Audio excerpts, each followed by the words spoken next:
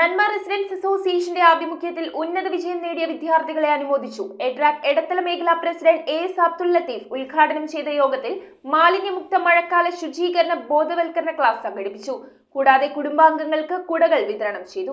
നന്മ residence association വിവിധ പരീക്ഷകളിൽ ഉന്നത വിജയം നേടിയ കുട്ടികളെ അനുമോദിക്കുകയും കുടുംബാംഗങ്ങൾക്ക് കുടകൾ വിതരണം ചെയ്യുകയും ചെയ്തു. അസോസിയേഷൻ സംഘടിപ്പിച്ച പരിപാടിയിൽ മാലിന്യമുക്ത മഴക്കാല ശുചീകരണ ബോധവൽക്കരണ ക്ലാസും ഉൾപ്പെടുത്തിയിരുന്നു. Nanma residence association president Ratheesh V Nair അധ്യക്ഷത വഹിച്ച ചടങ്ങ് എഡ്രാക് എടത്തല മേഖലാ പ്രസിഡന്റ് എസ് അബ്ദുൽ ലത്തീഫ് ഉദ്ഘാടനം ചെയ്തു. കില ഇടപ്പള്ളി കോർഡിനേറ്റർ സംഗീത ശക്തി മാലിന്യമുക്ത മഴക്കാല ശുചീകരണ ക്ലാസ് നയിച്ചു. നന്മ സെക്രട്ടറി കെ എസ് ഹരിദാസ് സ്വാഗതം പറഞ്ഞു. വിജയികളായ കുട്ടികളെ അസോസിയേഷൻ മൊമെന്റോ നൽകി ആദരിച്ചു. എസ് അബ്ദുൽ ലത്തീഫ് കുട വിതരണവും നിർവഹിച്ചു. MI യൂസഫ്, KP ശിവകുമാർ തുടങ്ങിയവർ ചടങ്ങിൽ സംസാരിച്ചു. News bureau, Aluva.